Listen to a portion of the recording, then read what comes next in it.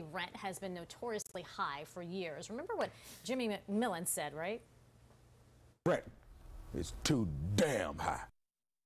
It is, right? But it seems the pandemic has created a dramatic shift when it comes to the cost of an apartment in the city. Rents in a free fall to some of the lowest prices that we have seen in years.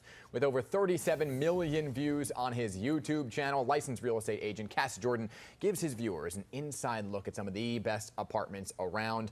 I go down a YouTube rabbit hole, Cash. I told you this last time. I get lost in these videos. You are back to talk to us about what is going on in New York City, what this means for renters, landlords, and potential buyers. Good morning. Good morning. So let's give you some numbers for our viewers out there. Describe what you're seeing, okay, on the rental market right now when you look at the totality of numbers kind of in a free fall all across. Sure thing. I think that the biggest thing happening right now is that rents right now, the median rent in Manhattan is $700 a month less than what it was a year ago. That's huge. So it's still a renter's market. And if you're looking for a place, that is absolute money in the bank because rents are lower now than they were even before all of this started. So that's a big thing. Also, prices in popular parts of town like Midtown and the Village, those prices are dropping. I'm seeing rents on 3- and 4-bedroom apartments in the East Village that I haven't seen since 2010, and that's crazy.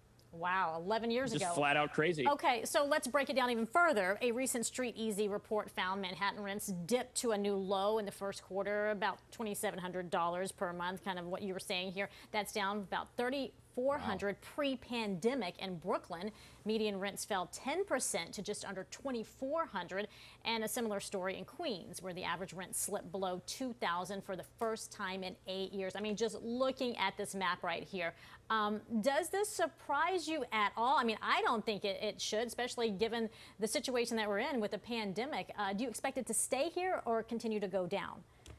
You're right. It's definitely not a surprise. I mean, you know, the whole reason to move to New York City is the lifestyle, and that just wasn't attainable, and it wasn't worth the price of the rent that you were paying. I mean, you're paying thousands of dollars a month, and for the last year, you hadn't been able to take advantage of the city in the manner that you would have expected. Doesn't surprise me. I think that as far as where this is going and how long it's going to stay, the next 3 to 4 months, that's really what this all hinges on. We're heading into the busy season. Okay. For those of you who don't know, April, May, June, July, activity goes up. But so Cash, we're going to have to see what happens. Here's the thing, right? Because I think some people are getting overzealous, right? They're seeing this drop in rent, and they're like, I can finally afford it. I can move into that Manhattan apartment, right? How soon is it going to go back up to where the prices were, and then those people are unfortunately then priced out? Is it going to be a slow trickle back up? So I think it really depends on what happens over the next 4 months. If the inventory levels evaporate, then it'll happen a lot sooner. But I think, you know, until landlords get through this busy season and see what rents they're able to get for their properties and what the ultimate demand looks like, we're not going to know. I mean, there's thousands of apartments on the market right now that aren't even listed. They're just waiting to be rented. And depending on how fast depending on how fast those go away, that's going to determine how fast prices kind of climb back up. I think at least for the rest of the year, you'll be able to get a great deal with landlords paying a commission. Yeah, I think so. That's not a promise, but I would think so. Cash told me you're not going to raise my rent. Hey, it's true I saw though, it on the news. I see, you know, so many friends that are saying, I'm in an apartment that I definitely cannot afford, but the rent is so cheap, I jumped on it. And if you're mobile, then why not? But here's the deal. You recently posted a video to your YouTube page of what you said was the cheapest luxury 2-bedroom in New York. I want our viewers to take a look.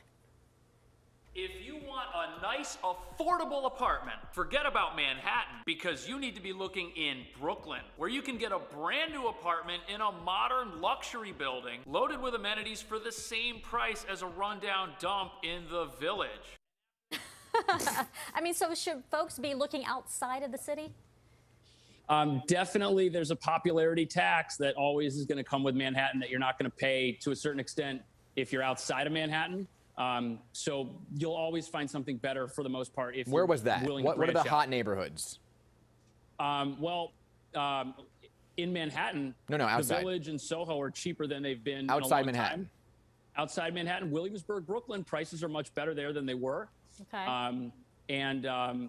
Really, that apartment that you just saw, that's in Bedford. So Bedford, you can get a great deal. What is your obsession? Because I watch these videos nonstop. What is your obsession with the faucet that comes off? Why does there have to be a detachable faucet on the apartments?